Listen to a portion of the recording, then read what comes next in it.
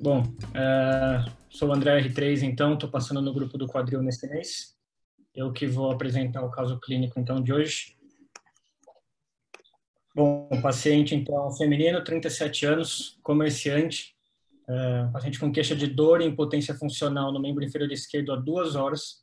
Ela foi vítima de um acidente automobilístico no dia 16/2, carro versus carro, e entrou no pronto-socorro com quadro de dor na região do quadril esquerdo. Ela estava estável hemodinamicamente. O paciente negou comorbidades, negava tabagismo, negava etilismo e referia ser sedentária. Ela teve o primeiro atendimento no Hospital Nardini, onde foi diagnosticada uma fratura luxação do quadril esquerdo. Essa aqui é a radiografia inicial. Eu vou pedir para o André Mário, tá aí? Opa, tá aqui. Leve para mim, por favor, essa radiografia, André. Isso é uma radiografia AP de bacia, de um osso esqueleticamente maduro. Do lado esquerdo a gente consegue ver uma luxação do quadril. Parece ter um traço transverso também, de fratura no acetábulo. E não dá para enxergar muito bem por essa, mas parece ter um fragmento também na parede posterior. Por essa radiografia, está feita na prancha rígida, né? Fica um pouco difícil de avaliar. Foi realizada, então, a redução incruenta no serviço. E essa radiografia de controle, você consegue verificar alguma coisa diferente? Mas dá para ver bem o traço de fratura transversa no acetábulo e realmente tem um fragmento posterior, na parede posterior. Bom, esse caso, então, eu coloquei a classificação de Thompson e Epstein para o pessoal desenvolvimento. A fratura de acetábulo. No tipo 1 seria uma luxação simples, no tipo 2 uma luxação pura, né? No tipo 2 uma luxação com um traço de fratura do rebordo, do acetábulo. No tipo 3, uma luxação com uma fratura cominuta. No tipo 4, uma fratura do teto acetabular. E no tipo 5, um traço de fratura mais da cabeça do fêmur. A gente está classificando como um tipo 3, ou seja, seria luxação, mas uma fratura cominuta do acetábulo. Essa paciente ela foi transferida ao Hospital Mário Covas 5 dias após o trauma. Ela estava em bom estado geral, consciente, sem déficits neurovasculares, se queixando de uma dor no quadril esquerdo. Então, no momento da internação, foram solicitadas novas radiografias e uma tomografia computadorizada. Aqui está a radiografia inicial. Jonathan, tá aí? Consegue descrever essa radiografia? Estou aqui, tá me ouvindo? Sim. Como o André tinha falado já, é um raio-x de uma bacia P. Aqui está assim, a prancha rígida, de um osso esqueleticamente maduro. E eu também vejo no quadril esquerdo, parece ter uma fratura de parede posterior. Coluna anterior, que dá para ver melhor aqui, mas parece ter um traço transverso também. Mesma coisa que o André tinha visto na outra radiografia. Tá, uma coisa que dá para avaliar também, dá para suspeitar por essa radiografia, talvez a presença de um fragmentozinho intraarticular, também bem ali próximo da lágrima. Mas não está tão fácil de ver. Você pediria alguma outra incidência, Jonathan? Eu pediria os oblíquos, né? O alar e o obturatriz. Consegue descrever para mim esse aqui? Qual que é a incidência? O que você consegue avaliar? Aqui é um obturatriz, que você consegue ver o... Não, é um alar. É um obturatriz, desculpa. Você consegue ver bem o forame obturatório e você consegue ver a coluna anterior e a parede posterior. E dá para ver que tem um fragmento na parede posterior. Perfeito. E aqui agora? Esse é o alar. Você consegue ver a coluna posterior no alar e parede anterior. Na coluna posterior parece ter o traço, que vai até o outro lado. Perfeito. Bom, mais ou menos isso que eu queria mostrar mesmo. Essa aqui a gente também talvez consegue avaliar essa presença desse fragmento intraarticular ali que a gente estava suspeitando na radiografia P. Daqui eu coloquei para os R1s principalmente um pouquinho da anatomia, mais para eles entenderem, os que têm dúvida aí não passaram no quadril ainda, do que seria o acetábulo, o que seria a coluna anterior e a coluna posterior. Então aí para esse desenho aí do que é do Netter, você consegue ver pintado ali, colorido em vermelho, é a coluna anterior, que pega desde em cima uma parte da crista ilíaca ali e desce até pegando uma parte da região do pubis. E da coluna posterior, já a gente consegue ver pintado ali em azul, pegando todo ali o tubério esquiático, por exemplo. E o acetábulo, a parte ovalada, bem ali no centro. Embaixo é só para registro aí dos quadrantes do acetábulo, que você acaba tendo essa divisão para avaliação das estruturas neurovasculares ali da região. Para o atendimento inicial no pronto-socorro, a gente decidiu colocar essa radiografia para poder avaliar alguns marcos anatômicos que são importantes um paciente que vem com uma suspeita de fratura de acetábulo. Ou seja, ali tá na ordem, né? Então, o número 1 seria a linha iliopectínea e a 2 a linha ilioisquiática. Você consegue avaliar mais ou menos se teve algum acometimento da coluna, seja ela anterior ou posterior. A lágrima, que é ali pelo número 3. O teto do acetábulo, pelo número 4. E um pouco mais difícil de avaliar na radiografia, normalmente no AP, quando a gente vê, a borda anterior e posterior do acetábulo, que é pelo número 5 ou 6, mas são estruturas importantes para ter ideia na avaliação inicial da radiografia.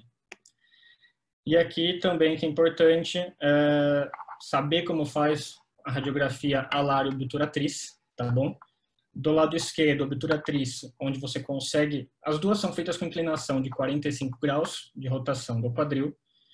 Na obturatriz, você vai conseguir ver bem proeminente ali o osinho do forame. Você vai conseguir avaliar melhor a coluna anterior, que está até destacada aqui na figura, e a parede posterior.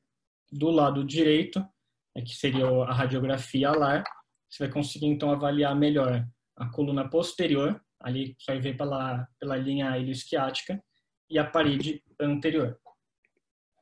Aqui a tomografia, então, da paciente na chegada no Hospital Mário Covas, do lado esquerdo num corte axial, que a gente já consegue observar esse traço transverso na altura do teto do acetábulo, e do lado direito a gente consegue ver essa fragmentação da parede posterior. Aqui no corte coronal, também evidenciando essa fratura da parede posterior e o traço subindo, esse traço transverso. E aqui o corte sagital, evidenciando essa fratura da coluna posterior e a reconstrução 3D, onde a gente pode ver a cominuição dessa parede posterior.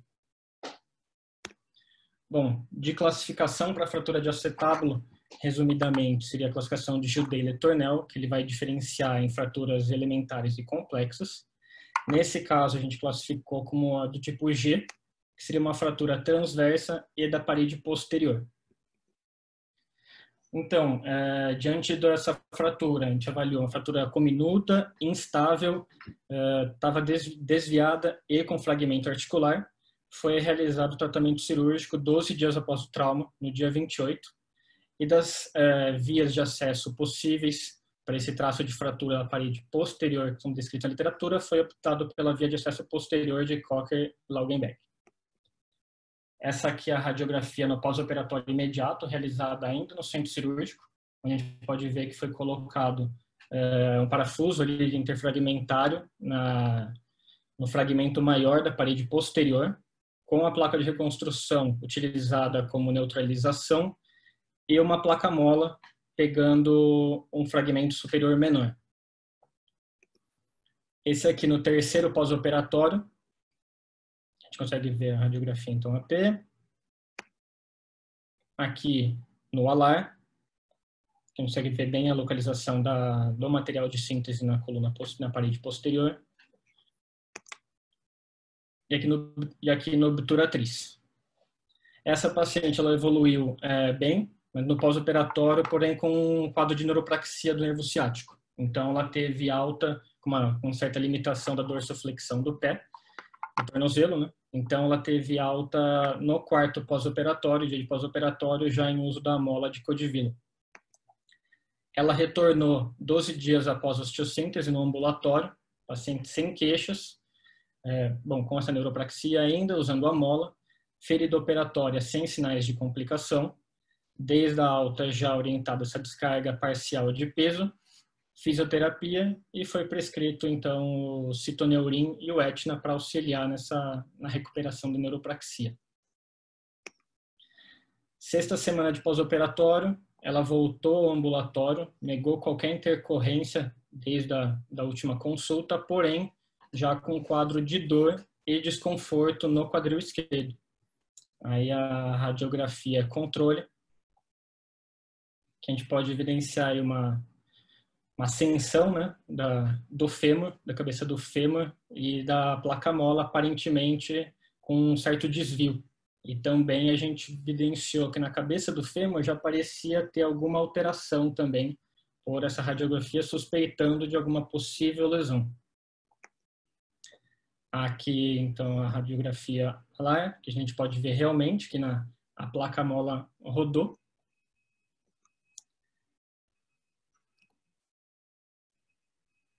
Aqui a tomografia ao corte axial,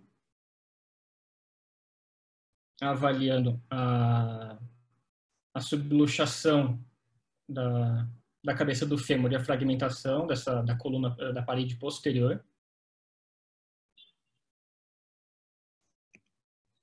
Aqui já no corte coronal, que a gente consegue evidenciar bem então essa ascensão e ali a perda da síntese.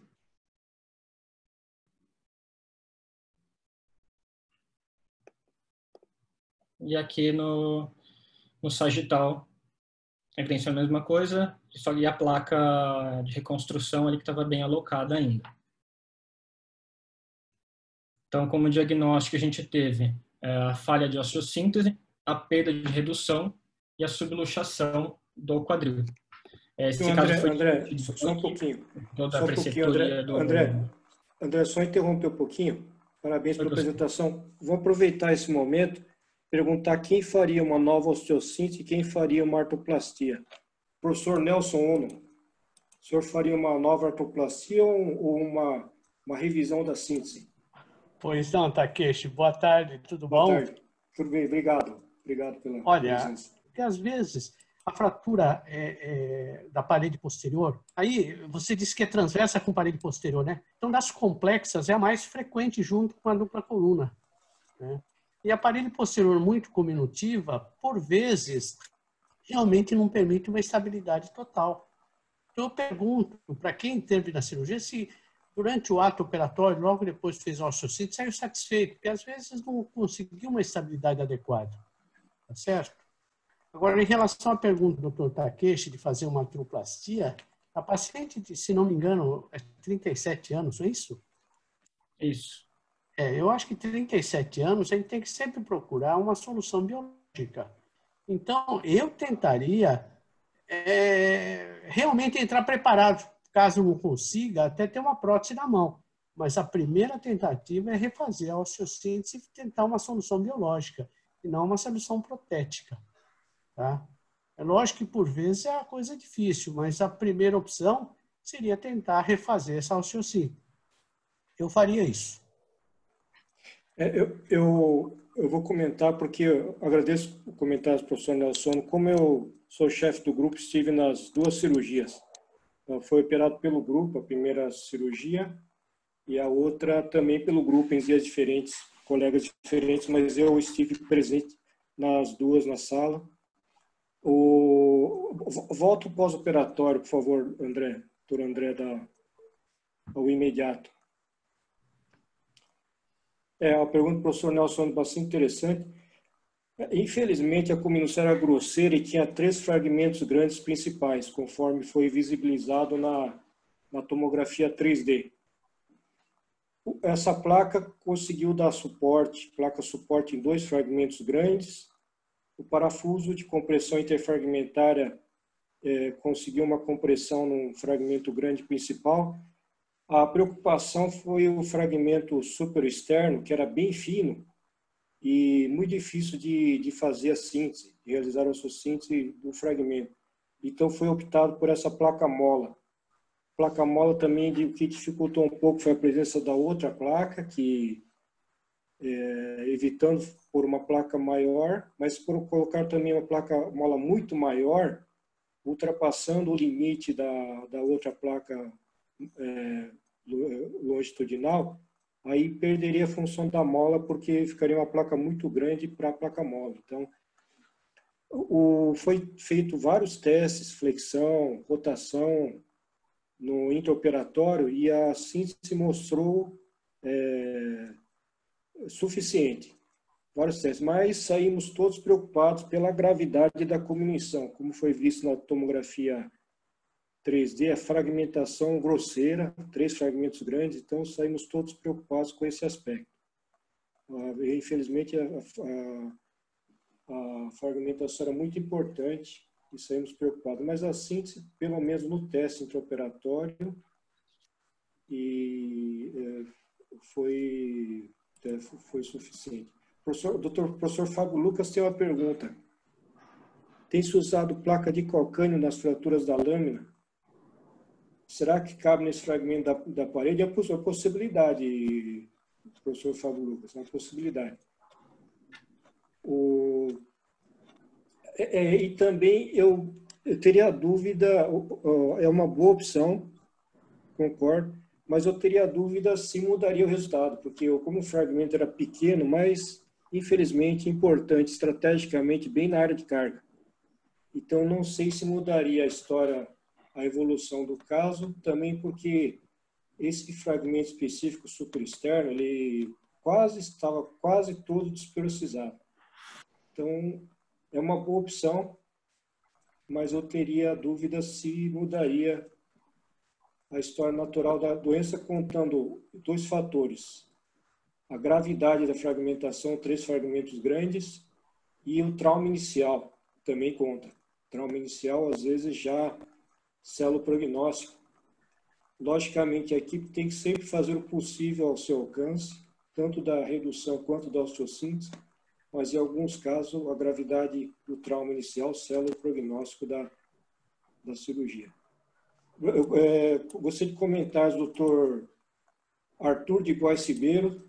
Eu acho que a fratura, como você e o Dr. Nelson falaram, né, Takeshi, é uma fratura fragmentada da parede posterior, e essas fraturas, além de acontecerem na parede posterior, né, com muita frequência, quando existe fragmentação, a gente às vezes não dá a devida atenção, e com frequência elas são muito graves a ponto de ter uma evolução ruim em pouco tempo. Então tem vários trabalhos aí mostrando evoluções ruins com fratura da parede posterior, em específico alguns tipos com impactação ou comminuição, em que alguns anos ou espaço de tempo muito curto ele pode evoluir com um desfecho ruim, né? Necessitando de uma outra cirurgia. Essa em especial, acho que o principal, além da dificuldade aí da osteossíntese, foi o fragmento principal, chave nesse caso, ser bem na ponta da área de carga, né, na área de apoio. Então, eu acho que você falou tudo aí. Apesar de todo o esforço, ele estava num ponto chave e que, infelizmente, evoluiu ruim aí, com mau prognóstico, né? Só complementando uma coisa que eu ia dizer, posso falar? Você já terminou? Não, professor Nelson, não. Por favor, agradecemos o seu o que eu ia complementar, quando você me perguntou, que eu esqueci, foi o seguinte. Outra coisa, principalmente orientando os residentes, é muito importante o que o André falou, que evoluiu no pós-operatório com uma neuropraxia do ciático. Agora pergunto, alguém examinou e averigou a integridade ou sintomatologia da cirurgia? Então, isso é muito importante, porque uma luxação é um processo traumático muito violento. E, com frequência, a luxação, quer dizer, o trauma inicial é que provocou a neuropraxia, não a cirurgia. Então, no exame físico inicial, isso é só um alerta, é colocar, olha, não tinha sinal de alteração do nervo ciático. Ou, mais importante, o contrário, tinha neuropraxia do nervo ciático no pré-operatório. Então, mas alguém chegou a sintomatologia dessa neuropraxia pré-operatória? Não tinha, professor. Até coloquei no começo do slide lá que quando ela chegou no Mariocova, ela não tinha alterações neurológicas. Então, foi do procedimento cirúrgico? Porque pode acontecer também, né? Muito bem lembrado para o professor Nelson, é importante documentar, principalmente se tinha a prévia, né? É bastante importante. Esse caso, especificamente, todo ano cai na prova da SBOT. Fratura de acetábulo na oral, todo ano tem um raio-x de bacia P, alar obturatriz, além das questões da escrita, mas a oral é certeza que vai cair. E agora, felizmente, a neuropraxia é parcial do ciático. Ela tem movimentação de dedos, mas com dificuldade. Quando a neuropraxia é total, aí fica mais difícil, às vezes pode não retornar, mas é parcial. Então, eu acredito que o prognóstico em relação à neuropraxia seja bom. Obrigado, professor Nelson. Professor Fujiki, professor Edson Fujiki. Não, eu acho que já foram feitos todos os comentários e como outro dia nós discutimos esse caso, então eu não vou me abster de comentar porque já foi comentado. Obrigado. Obrigado. Doutora, por favor, pode continuar. Bom, então a paciente evoluiu com a falha da osteossíntese, a perda da redução e a subluxação do quadril esquerdo. Foi discutido com a equipe diante da cominuição da fratura e dessa suspeita também de lesão já da cabeça do fêmur. Foi optado então por a não realização de uma nova osteossíntese e foi sugerido para a paciente então a realização de uma artroplastia total de quadril. Essa aqui é a programação pré-operatória. Aqui já no intraoperatório, evidenciando já após a osteotomia uma lesão extensa já da cabeça do fêmur, corroborando que ficaria complicado fazer então uma nova osteossíntese. Do lado esquerdo a gente já tem já a via de acesso, evidenciando ali a cavidade acetabular, que estava com extensa quantidade de material já fibrótico. E do lado direito já o componente acetabular, e relembrando que no ato do procedimento, tanto a placa de reconstrução que estava antes não atrapalhou em nada para a realização da artroplastia. Só foi feita a retirada da placa mola, que já estava solta. E esse é o pós-operatório imediato da paciente, com uma boa alocação da prótese. Aqui no sexto pós-operatório, no retorno já ambulatorial, o paciente bem, já apresentando uma leve melhora dos sintomas da neuropraxia. E aqui a radiografia do alar. Só uma curiosidade, mais para os R4, foi feito metal trabeculado com dupla mobilidade e cabeça cerâmica. Acho que esse nível, R1, R2, R3, não precisa saber, mas é mais para os R4. Mais algum comentário? Takeshi, professor Nelson, a fratura obrigado. Transversa, existia fratura transversa? Existia. Não era só parede posterior, era transversa mais parede posterior? Transversa mais parede posterior, multifragmentada. Porque pelos exames de imagem, eu não sei, talvez vocês tenham visto mais imagens que pudessem diagnosticar essa fratura transversa. Eu não consegui ver essa fratura transversa, por isso que eu estou perguntando só para tirar uma dúvida minha. É bem observado, é que não tinha desvio realmente. No intraoperatório, é que no intraoperatório ficou mais fácil a visibilidade. Aqui dá para ver a fratura transversa. Dá para ver. Mas como é sem desvio, realmente é muito difícil de ver nas imagens. Mas no intraoperatório foi possível observar. E como estava sem desvio, nós acreditamos que a própria placa de suporte já daria uma estabilidade para a fratura transversa pelo fato de estar sem desvio. Só uma orientação, se você permitir, Takeshi, para os residentes. Obrigado. Inclusive, vão fazer as provas. Das fraturas simples, tá? A fratura da parede isolada, da parede posterior, é mais frequente. Chega a quase 30% das fraturas do acetábulo. E das fraturas complexas, a mais frequente é transversa mais parede posterior e dupla coluna. Ambas junto chega a 40%, 50% das fraturas. Então, observe, se somar parede posterior, transversa com parede posterior e dupla, chega a 80%, 90% das fraturas do acetábulo. Observe que as outras fraturas do acetábulo, poucas vezes a gente vê, né? Se for discutir o caso, olha, não sai disso, viu? É parede posterior, é transversa com parede posterior ou dupla coluna. Muito Perfeito. bem. Concorda, Takeshi? Concordo, e muito importante a observação, muito bem observado. Essas estatísticas que o professor Nelson falou muito bem, cai na prova da SBOT também. O R3 que vai prestar tem que saber. Muito obrigado pela observação. Perfeito.